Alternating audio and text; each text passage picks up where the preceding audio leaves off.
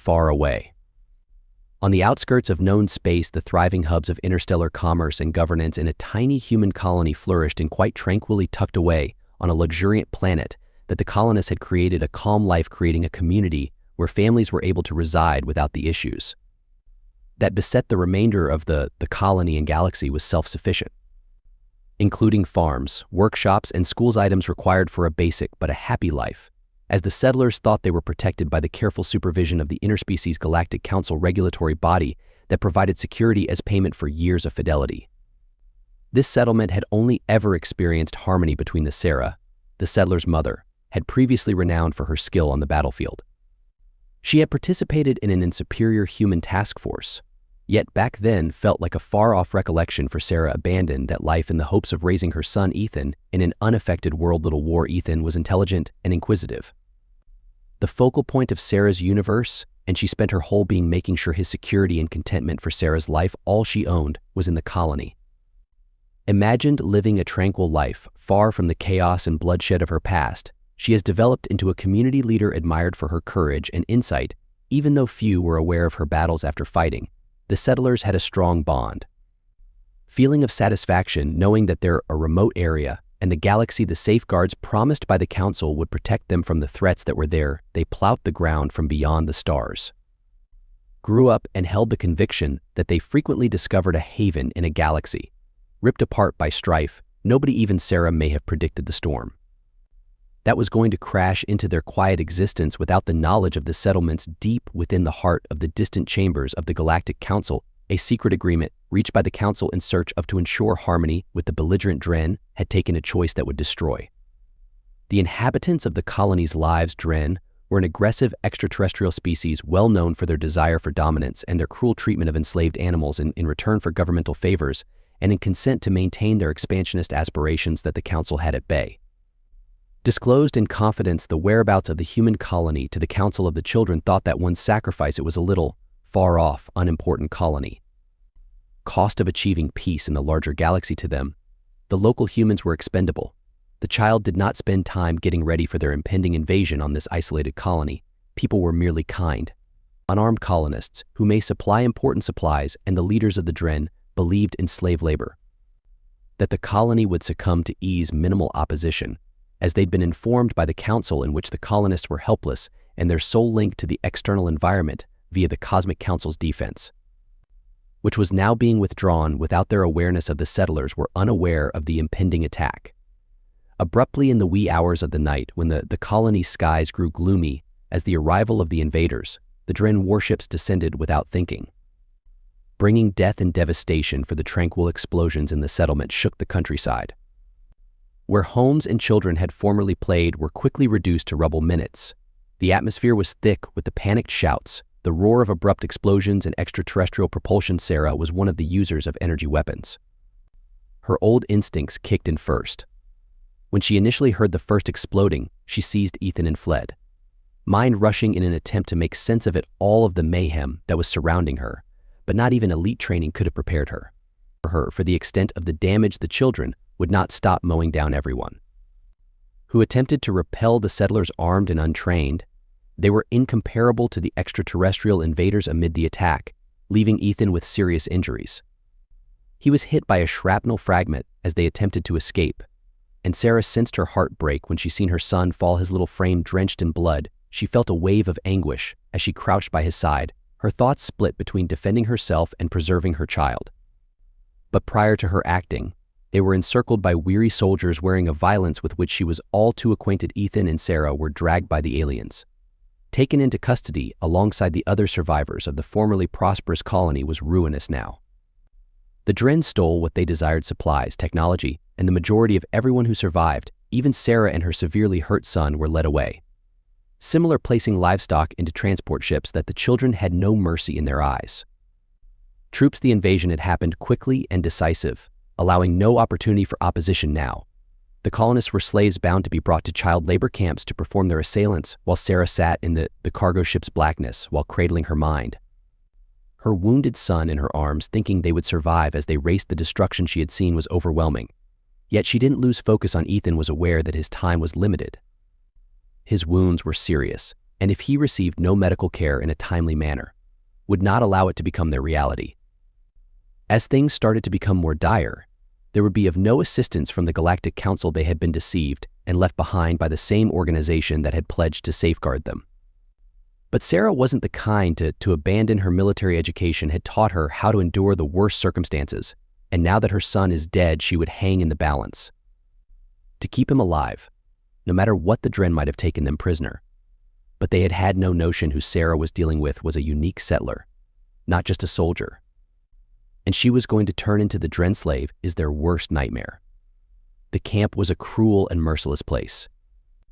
The colony's survivors were thrown into a brutal world where each and every the effort to survive at that moment. Children saw their human hostages as not much more than disposable tools, resources that must be used up until they break. The campsite was a barren wasteland, encircled by tall walls and under patrol by security personnel who appeared to enjoy causing their prisoners to suffer. The individuals were made to perform arduous labor, searching through the tough ground for building fortresses with minerals and serve their extraterrestrial overlords. In any they were required to perform menial duties. Daily disobedience was greeted with swift and harsh penalty. For Sarah back then melted into each other in a fog of pain and tiredness.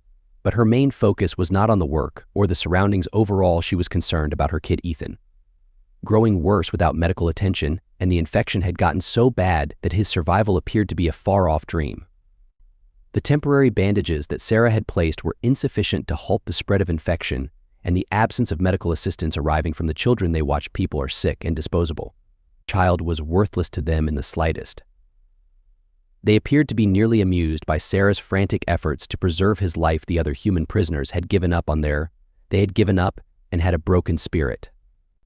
Admitting to themselves that they were today as slaves with no possibility of escape or getaway. However, Sarah was unable to give up with Ethan's existence is precariously precarious. His breath seemed to be weaker than the last, and she was aware that without an instant she had expended care that he would die. Many evenings spent by his side, unable to stop watching him sleep restlessly, dispel the overpowering feeling of impotence. During those silent, dark hours, Sarah's thoughts would frequently return to her days. She had received training as a military under circumstances such as these, qualified to endure, to battle, to defend. But this she could not save her own child. She felt guilty. Could have done more. During the invasion, had responded more forcefully. The reality was the assault had come on so quickly, that so powerful that even her military senses had not been sufficient to save the colony. Although that did not halt the preventing self-doubt from arising every day that passed seemed like just another failure.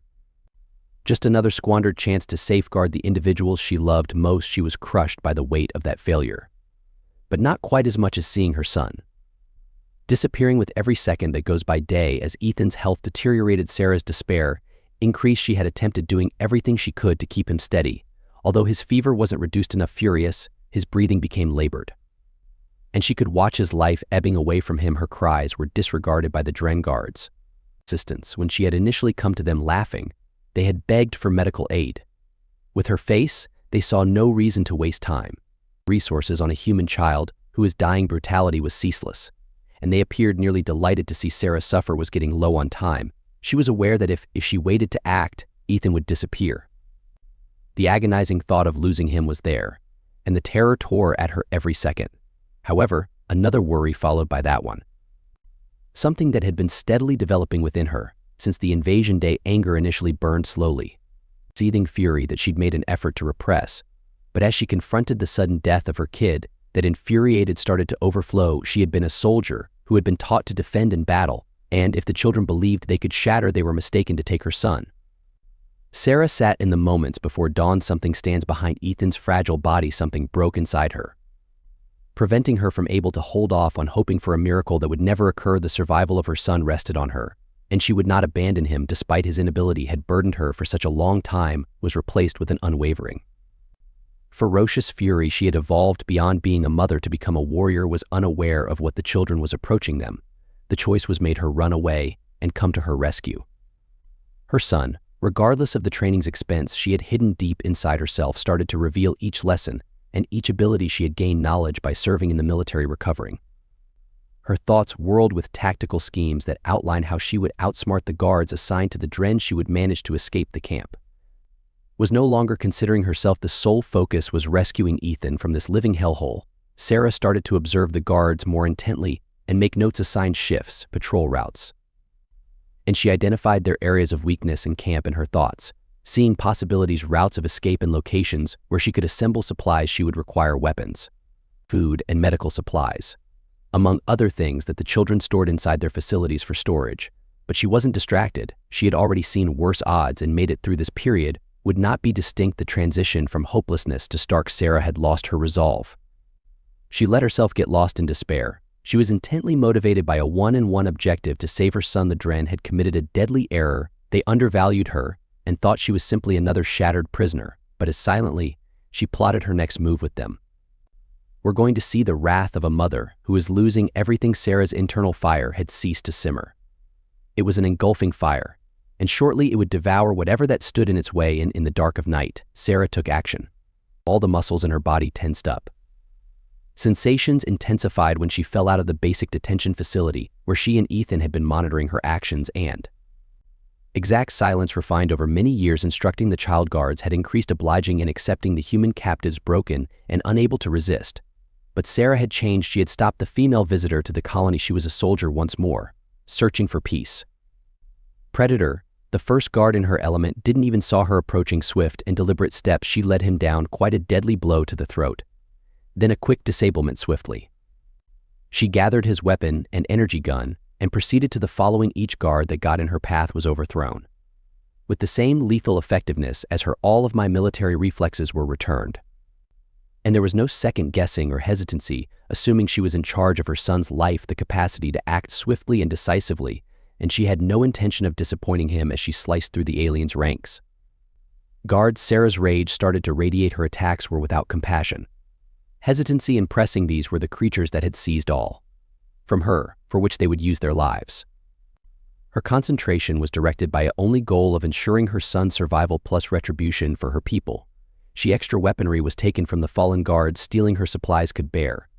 Realizing that the more deeply she entered the camp, the more the opposition she would confront him. But it didn't matter.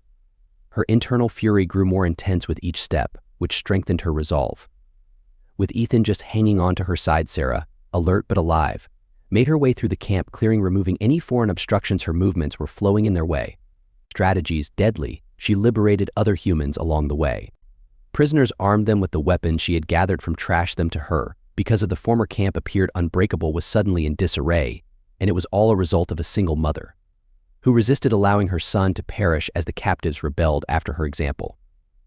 Started to brew. Sarah's fury had evolved into infectious, affecting everyone in her vicinity. The children, once assured of their authority, were currently rushing to react. But Sarah wasn't happy with the way escape. Her thoughts shifted to the leadership of the Dren, those who had given the invasion orders in her colony's captivity. It wasn't sufficient to escape the camp. She meant to pursue justice. And she wanted to give it herself, since she was aware that the child leaders would be concealed in the center of the camp, encircled by their most superior warriors who failed to dissuade. Prior to her, she had encountered greater odds. Strategy changed from one of survival to annihilation, was not going to give up on it. Each of them standing and utilizing her mastery of guerrilla tactics. During Sarah's tenure as an operative, started to methodically address the children. She exercised authority by taking away their communication powers, cutting out initially their capacity to plan a defense. She then went after supply depot settings. A sequence of detonations that sent the camp into even more chaos. The Dren soldiers, shook by the unexpected rebellion, had now reached its peak. Sarah took advantage of the turmoil in her panic mode, gaining an edge while hiding in the shadows. Coming out of the shadows, one by one, senior government officials were overthrown. Everyone leaving with the same cold. The accuracy that had characterized her first escape. The camp had turned into a combat zone, and Sarah ruled it covertly. When the Dren soldiers attempted to reorganize, there she was, interfering with their plans. Executing their chiefs and establishing fear soon spread across their ranks. Prior to the news of her rampage getting to the Galactic Council's ears from their faraway chambers, they gazed in disbelief. Shock as news of one poured in. Human mother, with no additional weapons compared to her military education and an unwavering fury, was taking a part in the Council's whole alien force, had long thought that the wrath of humanity had been so subdued that they ceased to be the species prone to warfare that had previously terrifying the entire galaxy. But Sarah was demonstrating their error in the most severe. The Galactic Council's likely manor members were appalled by what they had done. The covert agreement with the Dren, certain that humanity is dispersed and peaceful, would not oppose at this point, confronted with the fact that an undiscovered force had been awakened by betrayal. Expected Sarah's behavior wasn't. They were only concerned with survival. Revenge, and the Council came to understand that they had misjudged the power of humanity. Their ability for retaliation, believed that a far-off colony might give up something for the greater good. But now they were reconsidering that choice as the Council discussed what to do next out of fear. Started to intrude into their conversations. Should they step in and make an effort to control the mayhem? Or should they allow the children experience the effects of their acts with the hopes that the circumstances might resolve itself without the need for additional? The Council was aware that direct intervention might even incite humanity. Additionally, Sarah was a single individual. Yet her behavior might have ignited something far bigger, a protest across a reawakening of humanity in the stars' long latent fury, and that posed a danger. They weren't certain if they could manage it. Ultimately, the Council decided to watch, wary of any more meddling could elicit what they had already once undervalued humanity, and they weren't prepared to commit that error. The children were once more left to their fate. As the Galactic Council convened, breath, anticipating how far one the human mother would go have her revenge. Individuals as well as the Dren camp's fires kept burning. Sarah persisted. Unwavering in her quest for vengeance, Sarah made her way through the flaming debris from the Dren fortress, together with the same icy, meticulous focus that had helped her through the whole situation. The Dren had only one remaining target. Warlord responsible for planning the attack on the colony. He had supervised the order to destroy her people, the survivors' enslavement, and brought forth the pain that had almost declared her kid dead. He had felt people were weak and simple to manipulate and inconsequential in the overall scheme of politics in the galaxy. Yet, now that his forces are amid the ruins and his plans falling apart, he was going to find out how mistaken he'd been. Sarah discovered him in the room of Central Command, encircled by the remnants of his elite guard. They could not compete with her with lightning-fast, merciless efficiency. She chopped them. Descending, making a way for the warlord, he was a massive person dressed in superior Dren technology and his armaments luminous with deadly force. But Sarah wasn't scared. She has experienced worse when she was a soldier, and now that she had everything lost, she was even more enraged. The warlord sneered, more deadly than before, ridiculing her for considering that one people could defeat him, but his hubris would be his downfall. Didn't waste time speaking, propelled herself towards him, using a blend of exact strategies and pure raw fury. The warlord, despite his power and highly armed, and was overpowered by her relentless attack on each blow. Her speech was motivated by the recollections. Among her acquaintances and neighbors lost the anguish of seeing her kid go through it, and the Galactic Council's betrayal. The battle was vicious, but Sarah was unflinching. She sidestepped his blows, taking advantage of all of his defenses. That the warlord had misjudged, just as he had misjudged everyone, so too had he had considered humanity to be simple. Colonists weak and unable to make genuine. Sarah served as a reminder. Despite the resistance when pushed to the limit, people were able to accomplish remarkable feats. She was no longer only battling for her son, she was battling for every life that had been destroyed, for each person who had been deceived by those who vowed to defend. Ultimately, it was Sarah's determination that was the warlord's difference.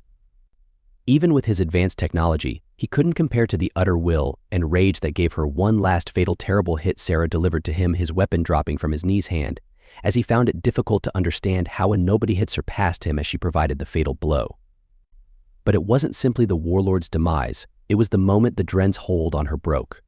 Sarah stood over his lifeless body, panting, realizing that the battle had been more than merely corporeal, been a struggle for her survival. She had a relationship with the warlord as well.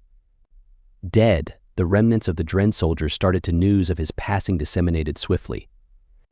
Among their ranks, and in the absence of their commander to lead the invaders, faltered the people. Inspired by Sarah's triumph, stood up and accompanied the battle to retake their colony, using a renewed feeling of purpose and hope. The Dren, once felt in complete power, discovered that they were inferior to the sheer force of human willpower. It was no longer only about survival, it was now about recovering what was taken from Sarah. Spearheaded the last assault with her eyes burning with the same level of intensity as driven her ever since the dawn of the Dren. Now wary and without a leader, the invaders were incomparable to those of the human uprising. They were chopped down one by one, and soon the colony was once again under human control. In this last rush, every alien has no mercy. Accountable for the colony attack was killed, leaving no trace of them. Then submit this report to the Dren Empire. wasn't only about winning. It was also about making sure that nobody would ever dare to once more attack their people as the final humanity stood as the Dren forces collapsed.